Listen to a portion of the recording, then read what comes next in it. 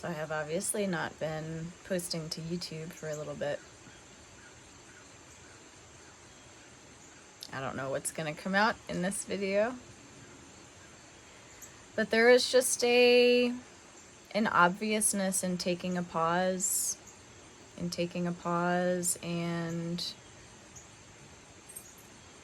just cultivating some space, you know, curiosity, and cultivating some space from engaging with life in that kind of way.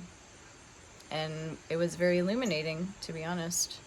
There were these subtle ways that grasping was illuminated, grasping for wanting to be seen, you know, a subtle way to avoid sitting with physical, you know, really subtle physical contraction in the body, a way to latch on to the construction and the fabrication of an object to then simultaneously fabricate a subject or a sense of self.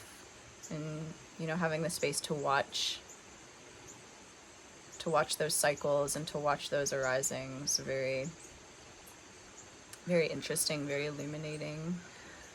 So, you know, when I took that pause, I wasn't entirely sure what would come of that, if I would post again at all. And, you know, the impulse may still arise, but the intuition is that at least here, you know, it may not be obvious externally or sitting on that end of the screen, but the relationship with this platform on this end is shifting.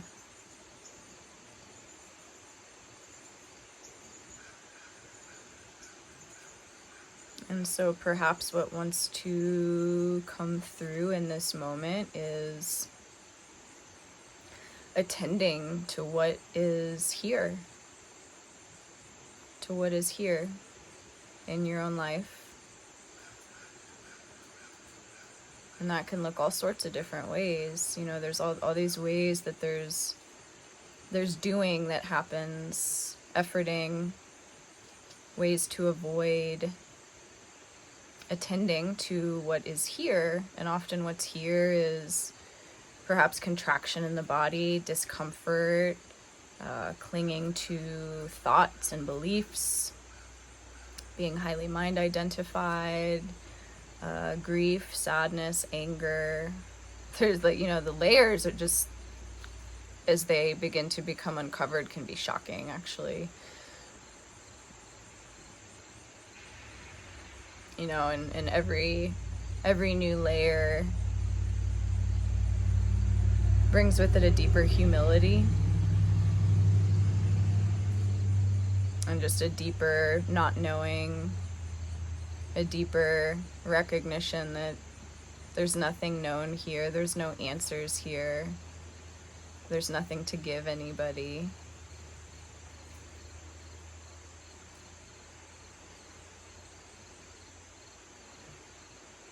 It's all, so what's being sought is already the truth of the moment. And it's attending to that and kind of wading through the identification. Like the identification is, you know, if there could be said to be a problem, the only problem. Believing what's happening, identifying with it as me or mine or self or good or bad.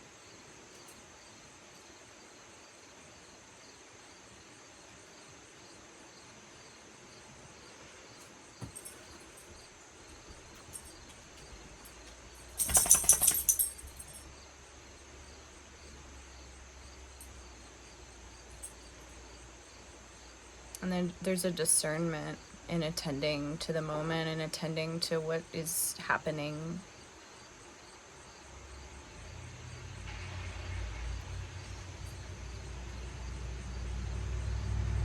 Because it's going to be different, you know, depending on, you can call it karma, your beliefs, the thought identification patterns.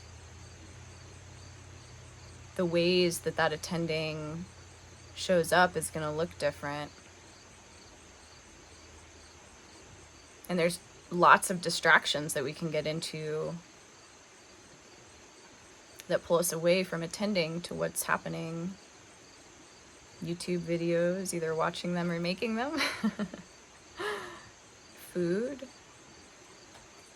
Sending text messages to people. You know, the impulse to connect as a way to avoid, I'm not saying that connecting is bad or wrong, but you know, that impulse to avoid discomfort of being alone and feeling stuck.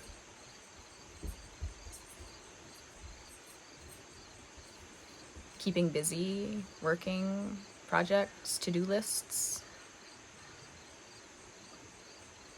Getting stuck into thought loops, fantasizing about the future, obsessing about the past. It comes in so many ways, and it's all ways of avoiding attending to the moment, which is perceived through senses,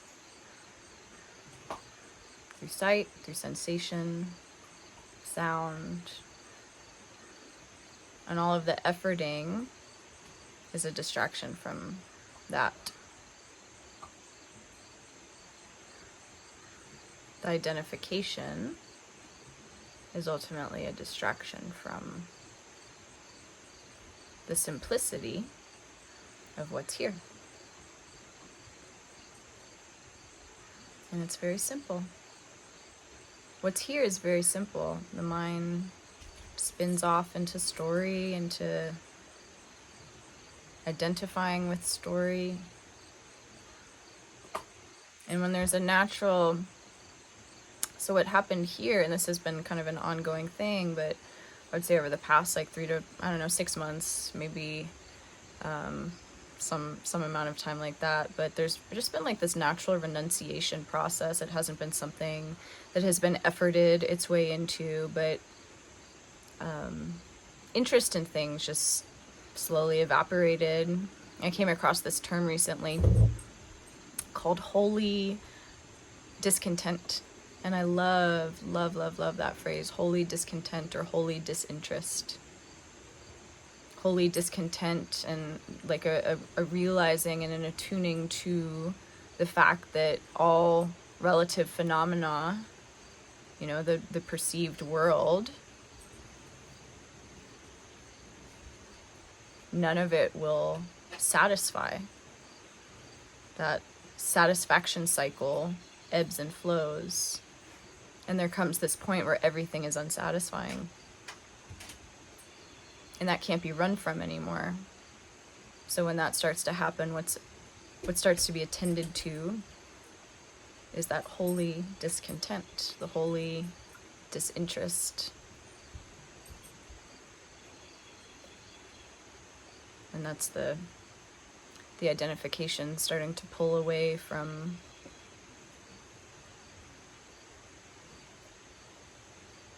sense pleasures, from the ways that we distract from the discomfort,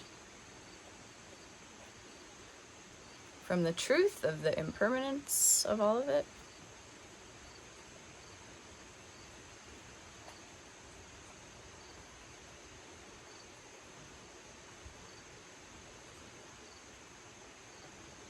And there comes a certain point too where there can become like an aversion to doing things, that like, oh, there's this like clinging to this idea that there's nobody to do anything, so why do anything?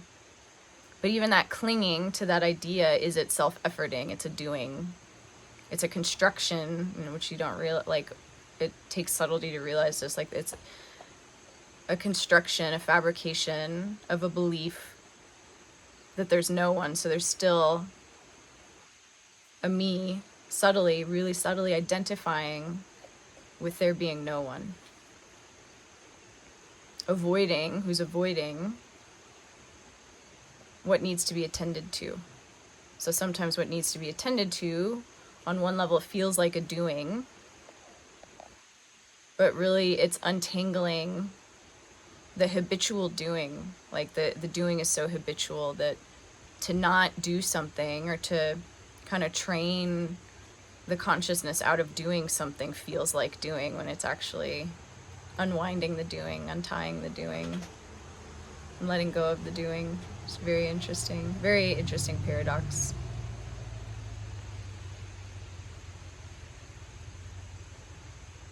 And there is deeper clarity just like in this space of taking time away from everything. There's been such an aversion here, on and off for long periods of time, like an aversion to emotion, and kind of a, how would I describe this? Like a pushing away of emotion, and from a like clinging to non-duality to help support that. Either, trying to create gratitude and positivity and high vibes, like that's its own thing, but then kind of attaching to that, like, well, those emotions aren't true. That stuff's not true, therefore just ignore it, just continue to push past it.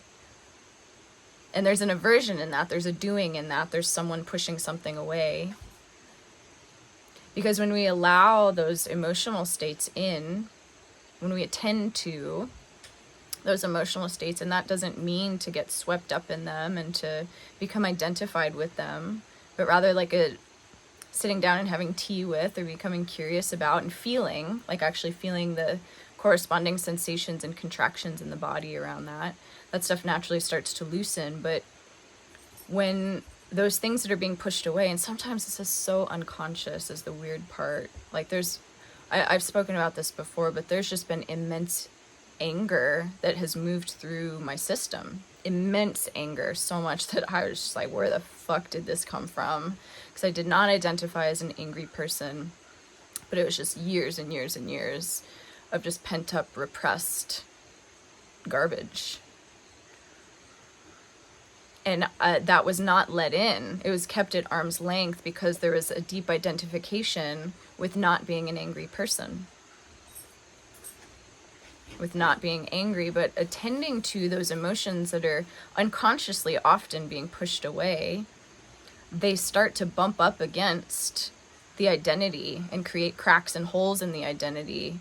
And it starts to, attending to those emotions helps to deconstruct the identity naturally, and the identification with who you believe yourself to be, because oftentimes those emotional states are directly at odds with who we unconsciously take ourselves to be. So attending to those uncomfortable things forces a recognition that the unconscious ways that identity is being constructed are being completely fabricated. There's no basis, there's no inherent reality to that identity. And having to attend to that, to attend to the truth of that who I believe myself to be is empty, that the self is empty, the ego is completely empty. And that's a hard thing to do, but that emotional work can be essential. It can be really essential in that, like having those contradictory energies that challenge the identity and force. It's like a chisel, taking a chisel to the identity.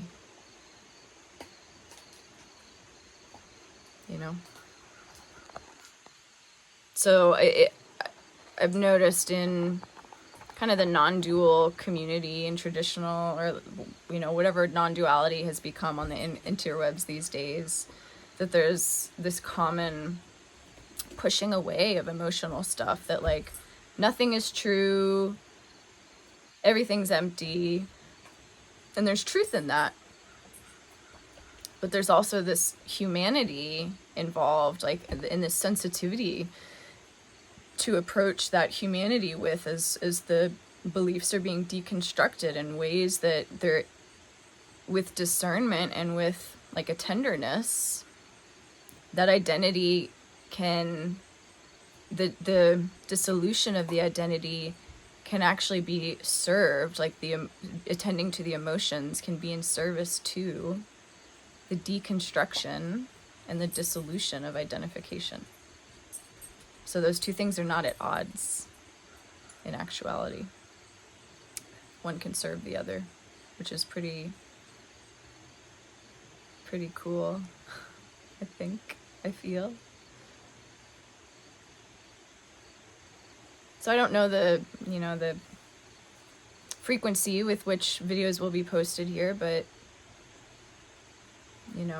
for the time being, it feels that videos will continue to be posted in some capacity, and just the personal relationship with it is shifting.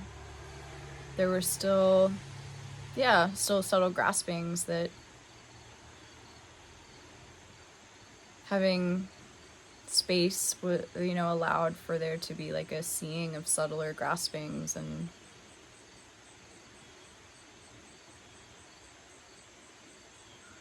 so that was cool. It was really cool,